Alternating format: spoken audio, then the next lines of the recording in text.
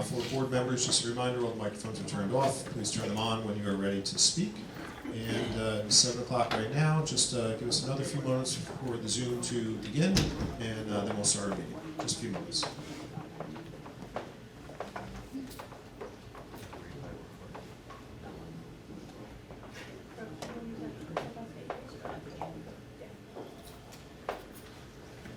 Mr. DeSilva, we're ready to begin when you are. Thank you. This meeting of the Mahwah Board of Education is open to members of the public to be physically present. Members of the public that attend will be asked to follow the same procedures as all other visitors to our schools. Those procedures can be found on the agenda page of our website. Additionally, the board meeting will be live streamed for viewing purposes only. Anyone wishing to view the meeting may do so via Zoom. The webinar ID for this meeting is 844-4630. 7253, and the required password is 385830. Call this meeting to order at 7 o'clock. And Mr. Bleeker, can we have a roll call, please? Mr. Kizmarski. Here. Dr. Park. Here. Ms. Saccone. Here. Ms. Davanero. Here. Mr. Denise. Here. Mr. Gallo. Here. Mr. Hughes. Here. Dr. Morthy. Student Representative Max Ingerman. Here. And Mr. DeSilva. Here. Adequate notice of agenda of this meeting has been provided to the Ridgewood News and the Record, specifying that the Mahwah Board of Education will meet on September 27th, 2023 in the administrative offices, 60 Ridge Road, Mahwah, New Jersey. A copy was filed with the Township Clerk. Ms. Davanero, lead us, please. To the flag of the United States of America and to the republic for which it stands, one nation, under God, indivisible, with liberty and justice for all. We do not need an executive session at the beginning. We'll do that at the end. Agenda questions. Please limit your questions at this time to resolutions under new business on this agenda. As a matter of fairness, you're asked to limit your questions to no more than one, and your remarks to no longer than 3 minutes. If you're here representing a group, please identify yourself, the group, and your position in the group. If you're here as an individual, please give us your name and address. This section of public participation will be limited to 15 minutes. Please specify the resolution you're referring to in your question. You have a motion to open to the public. Mr. Kuzmarski, second by Mr. Hughes. Open at 7:02.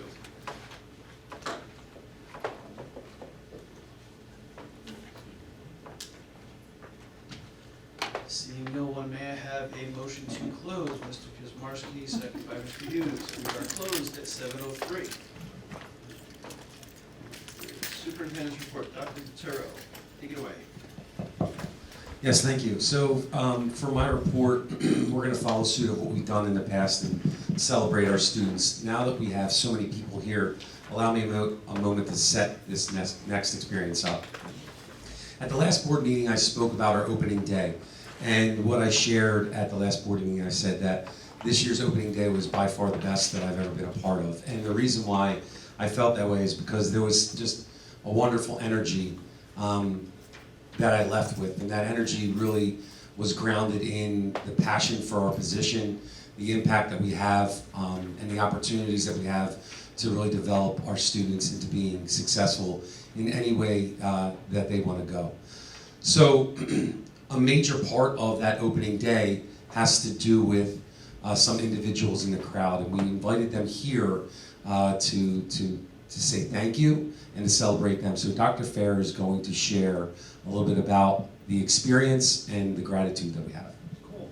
So can we have our 6 students we've invited? We have Mason, we have Ethan, we have Lauren. You can stand up, Mason, I know you want to. Ethan, Lauren, Varsha, Bobby, and Vermar. You all just stand so everyone, Vermar, come on, you're good. Just so everyone knows who we're talking about. All right, so you can have a seat. All right, so in preparation for the opening day convocation, Dr. Otoro and I sat down and we came up with this theme, whatever it takes. And that was all we had at the moment. So then we thought about what could make this opening day ceremony special. So As we know, our opening day ceremony is an opportunity to inspire and re-inspire our staff as we come together for the first time. And after some brainstorming, Dr. Toro and I thought that some of our own students could certainly do it better than we could.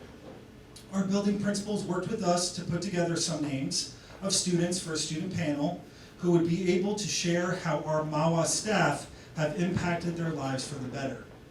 We asked those students to come in briefly to talk through this task before opening day, and then arrive on opening day for our staff. And they were each able to articulate their unique experiences in Mahwah. Our teachers applauded, they cried, literally, and one staff member even was so touched that she ran onto the stage to hug one of our kids. We've asked those 6 students to be here tonight so that we could more formally acknowledge their participation and thank them for being honest, heartfelt, and positive. We are so lucky to have the 6 of you here in our district. Your participation was not only inspiring to our teachers, but was particularly meaningful to our leadership team as well. You've reminded us of why we do this in the first place.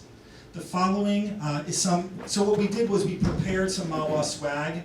I know in our prep, Ethan had shared, he's newer to the district, he shared that he didn't even have a Mahwah shirt yet. So we wanted to get everyone Mahwah swag to thank you for your kindness, your thoughtfulness, and to express our gratitude. So we'll call each of you up one by one. We'll start with Mason Lopiccolo. He's one of our 6th graders.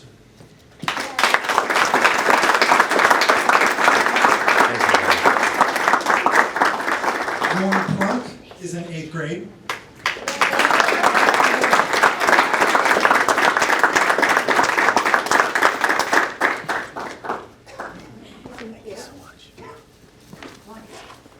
We have Ethan Fleischman, who's also in 8th grade.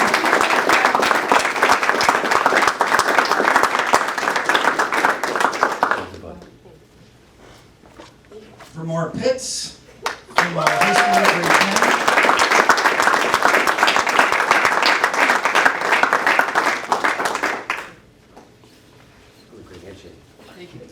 Bobby Politis, one of our seniors.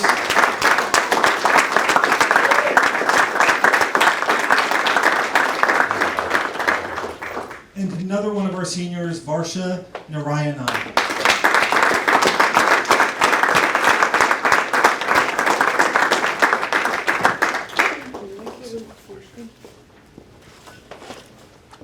So that's my part of Dr. Toro's report. We want to thank everyone for being here. Certainly, you are more than welcome to exit, just because the rest of the meeting might not be as riveting.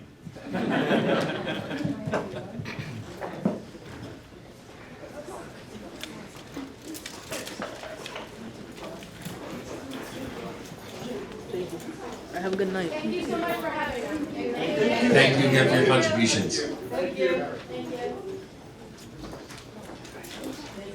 For anyone who was here last meeting, this is the second part. As I shared, the Student Safety Data System collects 2 types of information from schools to the district. This information ranges from incidents of violence, vandalism, harassment, intimidation, or bullying, weapons offenses, substance offenses, and other incidences leading to student removal. Also, part of this is the training and the programs that we have in our district to offset these incidences. The information is collected to fulfill the state and federal reporting requirements. So, as I shared before, the first reporting session, this is now reporting session 2. This is January 1, 2023 to June 30th, 2023. As you can see, the table is very similar to the last one. It's broken down by schools, and then it's broken out by the different incidences that I shared previously. So the very top table is the reporting period 2. The bottom table is our totals for the year 2022 to 2023. So I'll give you a second to take a look.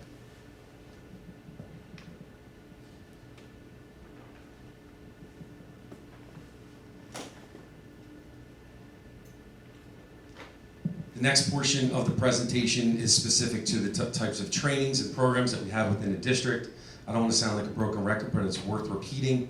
The trainings that we have range from HIB, policy intervention and prevention, conflict resolution, peer relationships, cyberbullying, and school culture and climate. We also have programs embedded in our district that range, but not limited to, student safety team meetings, character education assemblies, Spirit Week and Student Council, Week of Respect, social media awareness, Words of Wisdom, Field Day, Violence Awareness Week, and restorative practices.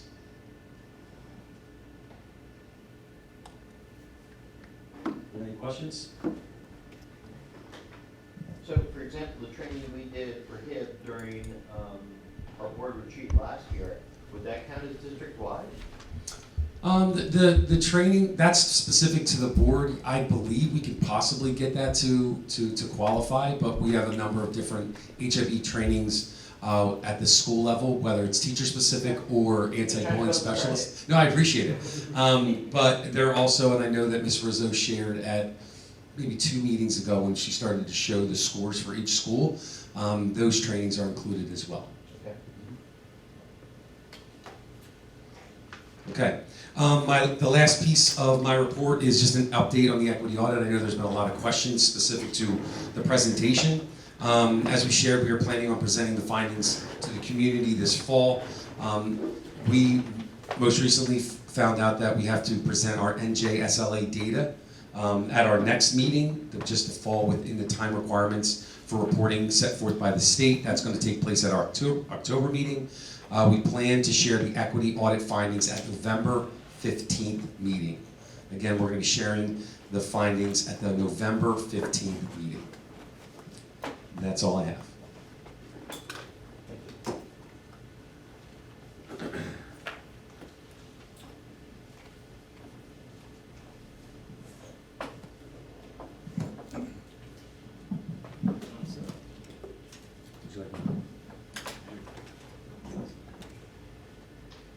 Mr. Bleeker, can we have our business administrator report, please? Yes, thank you. Just 2 items that I have. First, I mentioned him during our roll call, Mr. Max Ingerman. We welcome him to the dais this evening. For those that recall from last year, we started having a student representative from the high school at our meetings. 2 students rotated that back and forth. This year, we're going to have Max at our meetings, as well as Gabby Marchetti. We welcome both of them, and similar to last year, they will be rotating responsibilities for each meeting and giving us a report on activities and things going on at the school. Also, for all the board members, I shared with you in the board packet over the weekend a budget calendar for the development of the 24-25 school year budget. That is a requirement that I share it with you and distribute it at a board meeting and have it recorded and memorialized to be a QSAC requirement. So that is part of your board packet. If there are any questions regarding it, please feel free to connect with me. It lays out a calendar and an approach for the development process of the 24-25 school budget. That's my report. Thank you. Thank you. President's report, I do have a brief report. I am pleased to announce that to the Mahwah community that the Board of Education and Dr. DeTuro have come to terms on a new 5-year contract. With Dr. DeTuro's current contract expiring at the end of this school year, the board decided that it was prudent to proactively engage in this process in order to ensure that we retain our valued superintendent. Specifically, at our October 18th, 2023 board meeting, we will vote to rescind Dr. DeTuro's current contract, which expires on June 30th, 2023, and vote to replace it with a new 5-year contract for the term retroactive to July 1st, 2023 through June 30th, 2028. This is common practice with school districts throughout the state when their superintendents reach the final year of their contract. The board will vote on the new contract after the legally required public hearing, which will also occur during that evening. The proposed contract will be available to the public prior to that board meeting. We believe that this new contract is good for both the board, Dr. DeTuro, and Mahwah's taxpayers. The board retains our highly regarded and respected superintendent and ensures the stability in central office leadership. Dr. DeTuro's new compensation will be fair and competitive with relative to his peers, and the Mahwah taxpayers are getting a very good return on their investment in Dr. DeTuro's leadership. We look forward to having Dr. DeTuro locked in for another 5 years. Board committee reports. I'd like to start with our student representative and welcome Max Ingram. Hello, I'm Max Ingerman. I'm the SGA rep. I am the corresponding secretary.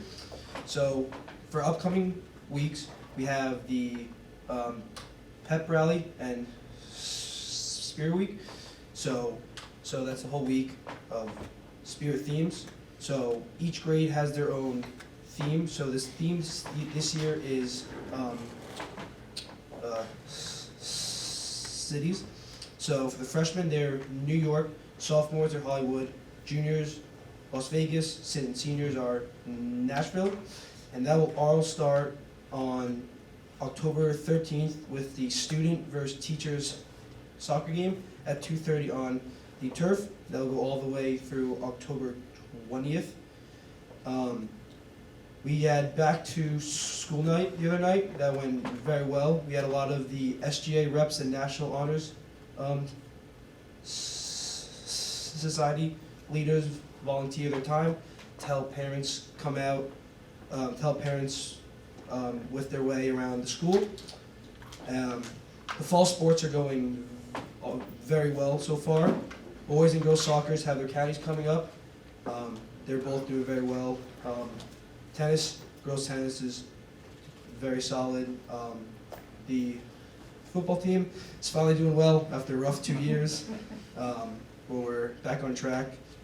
And then we'd also like to thank Board of Ed, Central Office, and Mr. Pelletier for completing our new stands. They are awesome. Very nice. Thank you very much. Thank you. Thanks, Max. You are more than welcome to hang out for the remainder of the meeting if you'd like, but if you got homework and other stuff going on, you're welcome to leave as well. Thank you very much. Thank you, great job. Thank you. And Max, if you're taking any suggestions, the cities, if you want to spotlight Philadelphia, you're more than welcome to.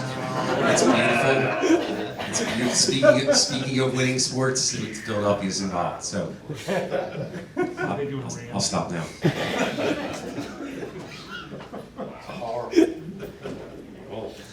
Do you have any other committee reports? Mr. Gallo, what you got? So, per the board president's instruction, I finally was diligent about taking notes at our finance and facility committee meeting. And Kyle and I worked to put it all together, and Kyle distributed it to you last week or so. And I just wanted to highlight a few things. So one of the things we looked at was how we're doing financially so far this year, and so far trends are looking good for our expenses. We're wrapping up the GW HVAC project. There was a little glitch with lead times for some electrical equipment, which is forcing us to do a change order, which is on this board agenda 17Z. But that will guarantee that we have heat in the building at the appropriate time. And the cooling part of the project will be complete once the electrical is complete. We're going to be doing a very similar project to this at Betsy Ross next year, so hopefully some of the things we learned with this project will help us over at Betsy Ross. Another thing is we're doing very well in terms of our cash management. We're doing much better on interest rate earnings because interest rates are higher now. Therefore, banks are willing to pay us more, so that's a good tailwind for the district to have. We successfully completed the paving project with partnership with the town. That project worked out both from a relationship standpoint, from a financial standpoint, very well for the district and for the township. And those are the highlights of what we discussed. Things coming up include renewing one of the scholarships CDs that we have. That'll be in board action in November or so. So we'll see that coming up. But all in all, we're in good shape and we continue to move in a good direction. Thank you. Anyone else? Ms. Devon, you're up. Thank God you're back. I knew it last time. Thank you, Mr. Kowarski, for doing my report for me at the high school. Couple quick things for me tonight. In the Access for All world, I just wanted to highlight the work that they are doing and the growth that they're having inside of their townwide committee that they have. Right now, they have 4 events planned for October, which is amazing. They have the attendance, and they have the funding, and they have the donations, and it's really wonderful to see the work that they're doing with some of our most vulnerable community members. I wanted to say a special thank you again to Dr. Trone and Dr. Bear for that partnership that we have, helping us with getting the information out on our community website, on our community updates, so that we could touch more people here specifically in town. And also a very special thanks to Ms. Rizzo, who is helping me make sure that all the information is getting to the appropriate case managers and that information is getting disseminated out to the families. Their most important event that's coming up on October 4th is a fire safety presentation that they do in conjunction with the Mahwah Fire Department. This is a very important night that they do, not only for students and children and adults, but also parents, understanding what to do in emergency situations, giving especially kids that first-hand access to firefighters and police officers and fire trucks, so that they're not scared the first time that they see it, and they have that understanding of these people are here to help you. I was able to attend it last year, and I think it was really informative, even for myself and my own children. So I definitely recommend, if you have the opportunity to attend, to do so. I apologize. A quick update from transportation. So we know that we're doing a lot of work within transportation this year. My agreement with Mrs. Spindler was to let her get through the first month of school, get through buses and new routes and ridership counts and everything else that we do over the first 4 weeks. We know that it's an adjustment. I'm happy to report that there were really very little hiccups this year. It was a very smooth start to school. There were, the normal, like the first couple of days, this bus is late, but by the first or second week of school, everything was really ironed out. The new routes that were identified for this year, especially at Joyce Gilmore, have made a difference. We're not having that issue where kids are getting home late or kids are getting to school late because the route was too long or was taking too many stops. So we really appreciate the work that her and her team did to make sure that we were alleviating that going into this year. Going into October now, we are going to start with the work that we were planning, where it'll be surveys out to parents and to really understand where we want to take transportation within this year. We started our ridership counts. The first one was done last week. It was not an anomaly at all. It was really where we were expecting to see where that ridership was last year. Maybe a little bit higher than average, which I think is common at the beginning of the school year, but we will continue to do it 3 times a month just to make sure that we have the accurate data to plan off of. I spoke with Mr. Bleeker. The bus that we ordered last year is finally arriving next month, I believe. So we're very excited about that. After a litany of supply chain and whatever else it may be, that bus will be arriving next month. I hate that I said that out loud by accident. And then, we just wrapped up, we have a tradition here where we have paraprofessionals ride buses with our K-3 students for the first 2 to 3 weeks of school. That wrapped up last week just to make sure that everyone was comfortable, especially our youngest and newest riders. And we're looking forward to a really great year in the transportation world. Just from a community update, I think the biggest thing that we can talk about is Mahwah Day being postponed. I feel like Mr. Kaczmarski feels that personally inside his soul. Absolutely. So we will see everybody on 10/21, which is the new date. It's going to be just as exciting and just as fun. We will all be there. Please come out and support the community that day. A special thank you to everyone here on the board that joined us at Back to School Nights over the last 3 weeks. I think it's very important for all of us to be out and about and in schools and to really understand. I enjoyed doing Rampo Ridge with Mr. De Silva, Mr. Gallo. I think my daughter loved being represented by 3 of us that night. And it's just a good opportunity to be in, and I think we all left Back to School Nights feeling very comfortable and very excited for the upcoming year. That's all I have for tonight. That's it. Interesting. You're lucky I talk fast. Anyone else? All right. Do we have any board member remarks on non-agenda items?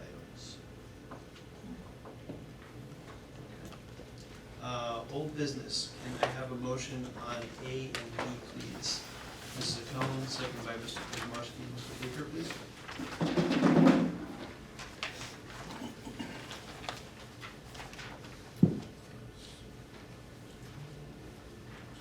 Mr. Kaczmarski. Yes. Dr. Park. Yes. Ms. Saccone. Yes. Ms. Davenera. Yes, but abstaining on B. Thank you. Mr. Denise. Yes. Mr. Gallo. Yes. Mr. Hughes. Yes, abstain on B. Thank you. And Mr. De Silva. Yes, I'm also abstaining on B. As a correction, I have to abstain on Thank you, Mr. Kuzmarski.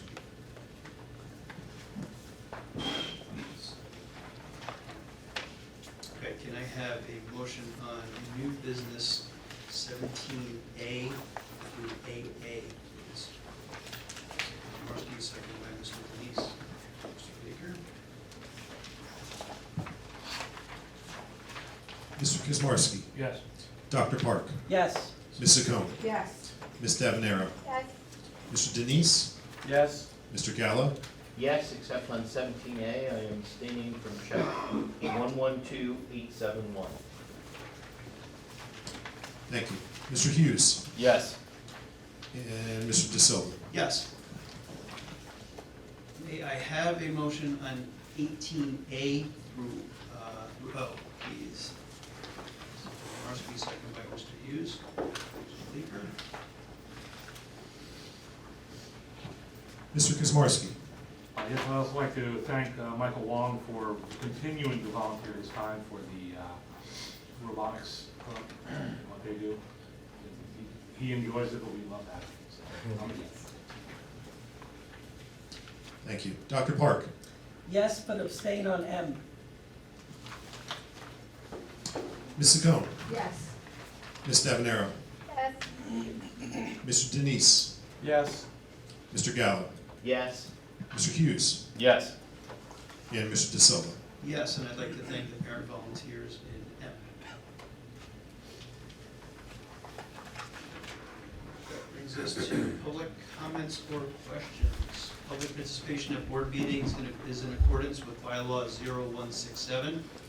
At this time, members of the public may ask questions or make comment on educational issues or school matters of community interest.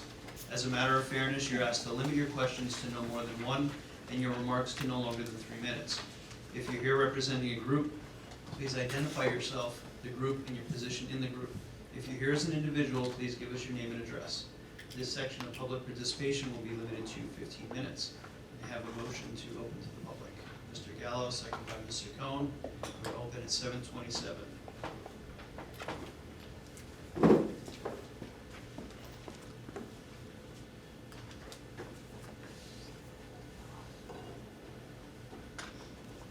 Good evening, everyone. Lou Theodoro, 1 Arnold Place. I have a question about policy 5756. It's been, I won't bore you with the details, but it's been in the news lately because there was a lawsuit against the districts that refused to comply with it. And in that discovery process, it came out that the recommendation by the governor's office was not mandatory, but it instead was a suggestion. And since then, dozens of districts have decided to rescind it, including a couple of districts around here. So I'm wondering on an update on that. To me, it gets back to parental rights, and it would not allow the school in certain circumstances to communicate a gender crisis that a child might be going through to the student's parents, which is, to me, is silly. So I'm wondering if there's any update on that, if the board is considering any action.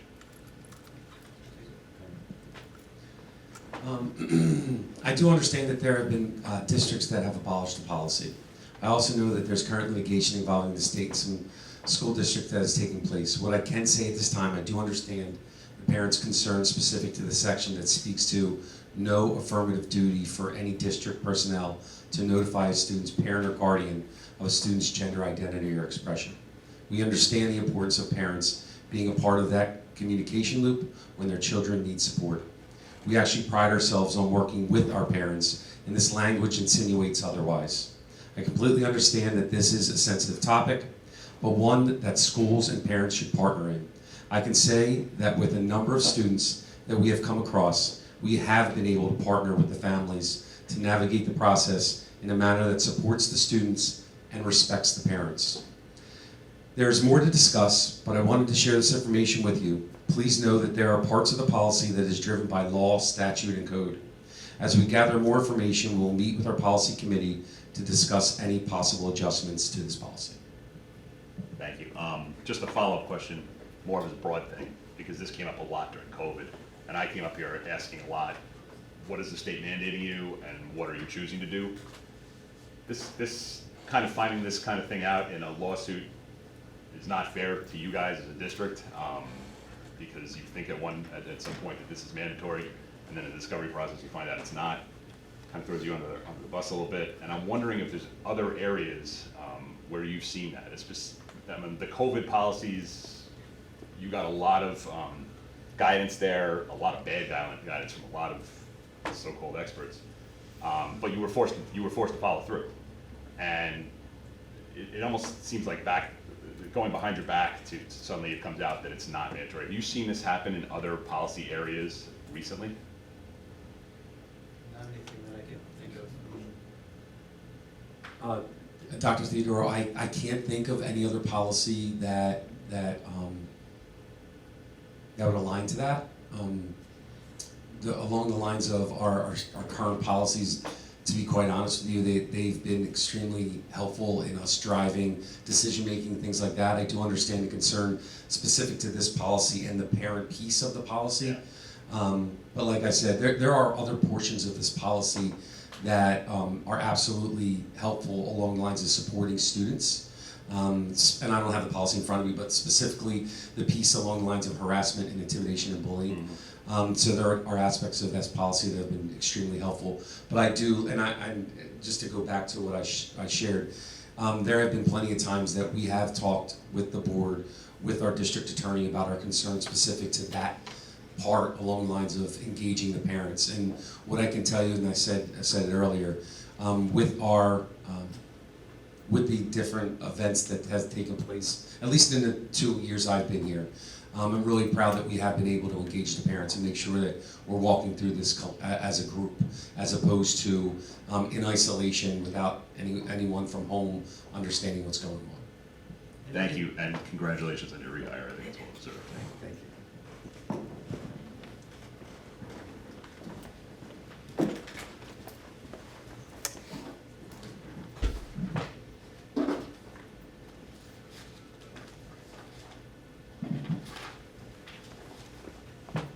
Little shorter.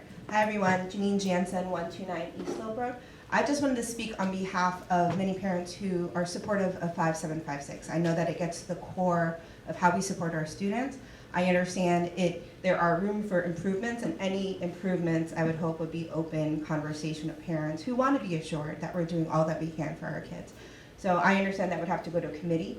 I understand there would be additional fees and requirements that come with that. So as it stands, I support the policy. I ask that we continue to support the spirit of the policy and have those conversations with the policy committees as you do all of your good work. So I'm here to say I support it.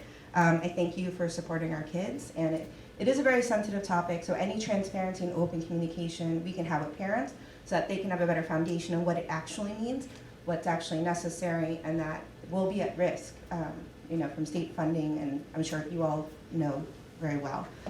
So that concerns me, and I ask that you continue to support it in line of all of those students who are at risk mentally, and who this is a very at-risk population that would be impacted with any backtracking of it. Thank you.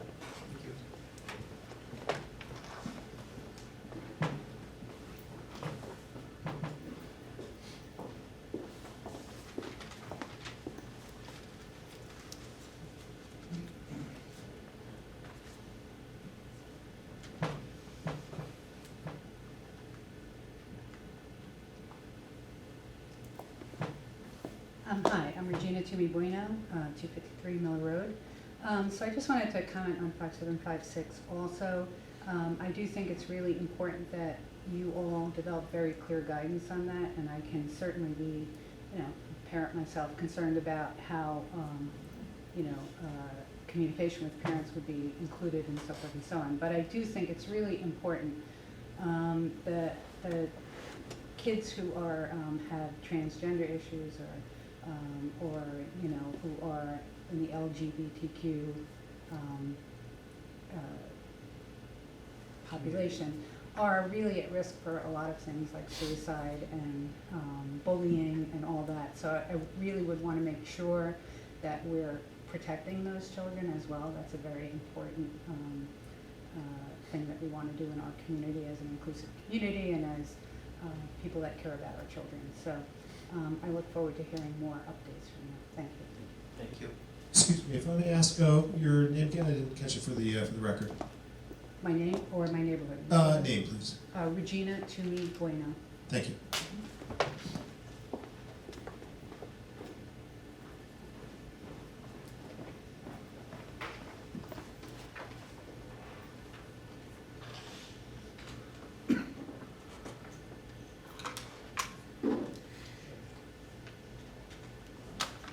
Susan Steinberg, 96 Armour Road.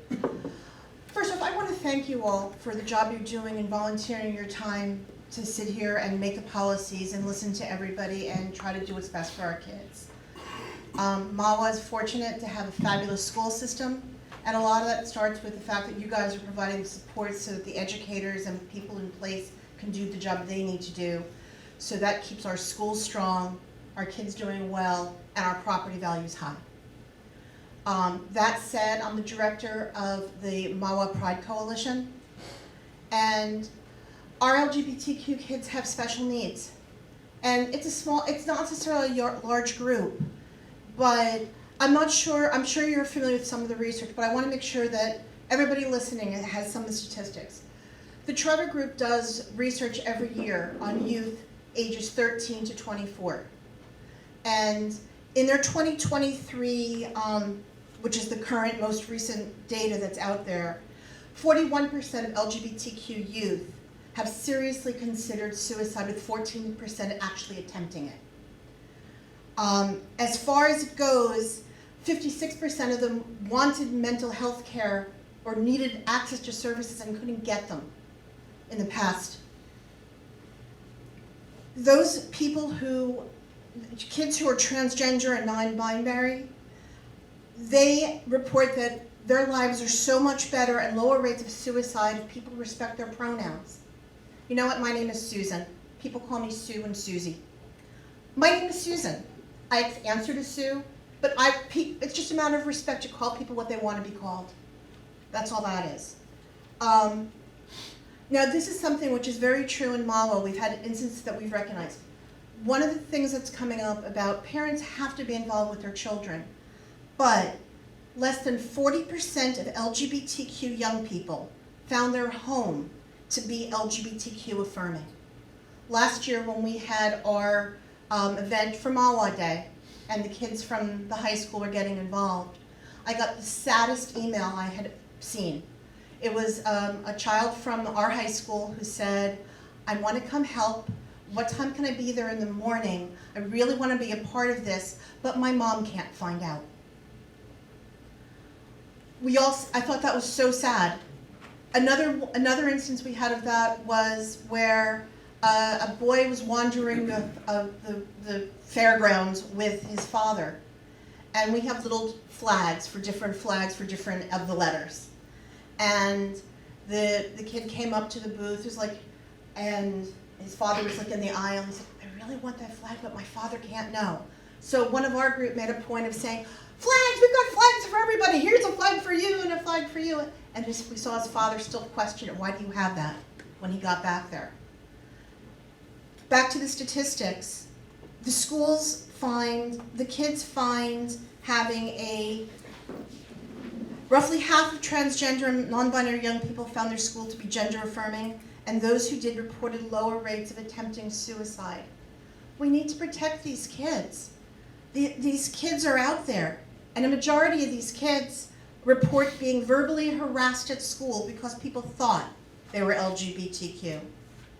And there's all this discussion, nearly 1 in 3 LGBT young people said their mental health was poor most of the time or always due to anti-LGBTQ policies and legislations. And nearly 2 in 3 said that hearing about potential state or local laws banning people from discussing LGBTQ people at school made their mental health a lot worse. We need to do stuff for the kids. The parents need to be involved in their kids' education. Kids are testing things out. School needs to be a safe place for them in all aspects. And so it is so important, and I applaud Mahwah for standing up for these kids and respecting them to be who they want to be. A lot of these kids, that letter Q, queer, sometimes it's determined to be questioning. These kids don't know what they are. They're figuring things out like all other aspects of their lives. Let school be a safe place for them. Let school be a haven away from whatever else is going on in the world. Thank you. Thank you.